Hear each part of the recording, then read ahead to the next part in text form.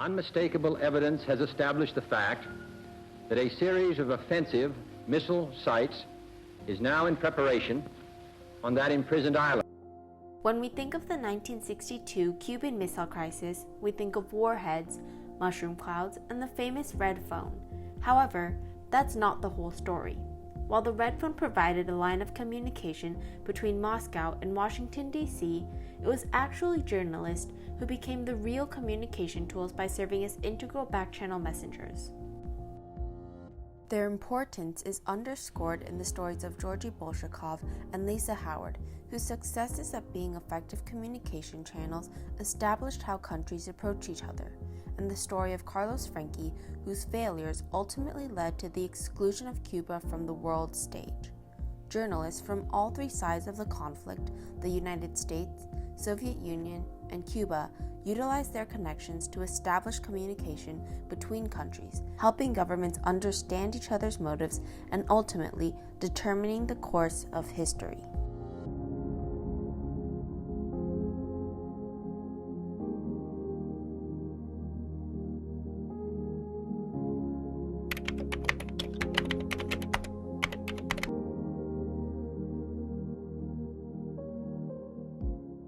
With the death of Stalin in 1953, the subsequent rise of Khrushchev led to tensions between the two communist giants, the USSR and China. Faced with the possibility of a Sino-Soviet split, Khrushchev felt pressure to strike a balancing act, not only establishing dominance behind the Iron Curtain by portraying an intolerance towards Americans to the Chinese, but also establishing friendlier relations with the US in order to avoid an all-out nuclear war. This dichotomy led to the USSR's dependence on back-channel communications with the US through journalists, including Georgy Bolshakov, who operated under the radar. Bolshakov, who began his career as a young officer in the Russian Main Intelligence Directorate, or the GRU, was a known back-channel between the US and the Soviets for almost a decade before the Cuban Missile Crisis. Disguised as a TASS news reporter and much to the dismay of the FBI and CIA, Bolshakov served as a back-channel communicator between the White House and the Kremlin, even becoming fast friends with the Kennedy brothers. With Bolshakov's help, JFK and Khrushchev organized the Vienna Summit in June of 1961, where both countries learned more about each other's motives. A few months later, at the height of the Berlin Crisis of 1961, Bolshakov was the primary means of communication between Kennedy and Khrushchev, guiding both countries to reach an agreement and ultimately avoid a costly war. Due to this experience of de-escalating conflict during the Cuban Missile Crisis, the US and USSR were able to rely on their shared history to reach a peaceful conclusion. In the end, Bolshakov's influence led to a rapport of understanding between the two countries, which was integral to halting a world war in its tracks when the Cuban Missile Crisis began.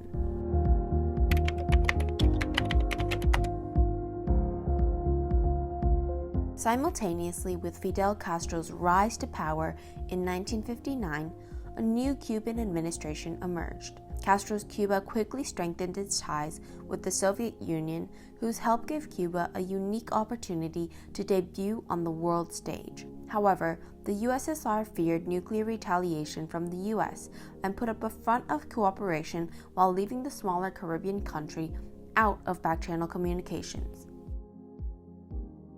Cuban press was completely controlled by the party, the Communist Party. There was no free press.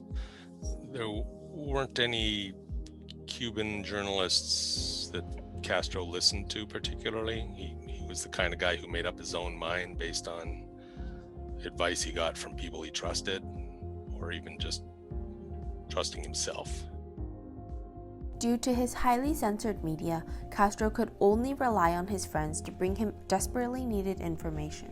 News of Kennedy and Khrushchev reaching a compromise without Cuba, despite the crisis occurring on Cuban soil, reached the wire room that Franke, editor of the underground newspaper La Revolucion and friend of Castro, was working in. Franke immediately sent out news of the betrayal to Castro, who had shot himself in the foot by failing to utilize his journalists effectively. Perhaps if he had allowed journalists to establish back-channel communication as effectively as the US and USSR had, Castro would have had a seat at the table and forced the two world powers to reconcile with Cuba's priorities in mind. Instead, Castro would enter the history books as nothing more than the USSR's hapless pawn.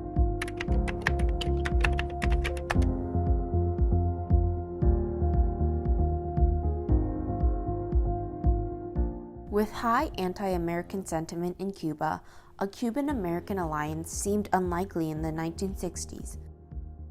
Cuban national consciousness is all about how Cuba had fought for its independence from Spain, and the Americans had stolen it from them at the last minute in 1898. And this really figures large in Cuba's historical memory. Americans don't even know this, they don't even realize this. But if you go to Cuba, talk to any Cuban about the United States, they'll tell you this long, detailed story about how the United States basically screwed their attempt at independence. And the only reason they're independent now is because Castro refused to stick with the Americans the way his predecessors had. However, Fidel Castro realized that in order to survive, he needed to compromise and open up to Americans. Therefore, Castro agreed to an exclusive interview with William Atwood, editor of Look magazine, in 1959. Atwood stayed a prominent name among those wishing for a Cuban-American alliance. He later met fellow journalist Lisa Howard, who also believed in a Cuba-US relationship. It was a woman named Lisa Howard, and Castro gave her this interview the night before he flew off to Moscow for a month to restore his relations with the Soviet Union. And he also spent some time talking to her privately. She made it clear Fidel Castro really feels that he could have better relations with the United States. We need an intermediary. I will volunteer to do this, or James Donovan could do it, or Adlai Stevenson could do it, but he's willing to work on this. Key officials, William Atwood, who was a deputy UN ambassador, Lisa Howard, worked with Cuban ambassador at the UN to start passing messages back and forth. And finally, Lisa Howard got impatient, and she organized what I call the first episode of cocktail diplomacy between Cuba and the United States. From JFK's assassination to Lyndon B. Johnson's term, and all the way through Carter's presidency, Atwood and Howard worked tirelessly to discreetly communicate with Castro. The U.S.'s willingness to send journalists to Cuba and Castro's willingness to accept the role they played in establishing lines of communication led to an improved relationship between the two countries and humanized Cubans to the rest of the world. This would help the U.S. and Cuba establish a working relationship that would allow the countries to coexist peacefully.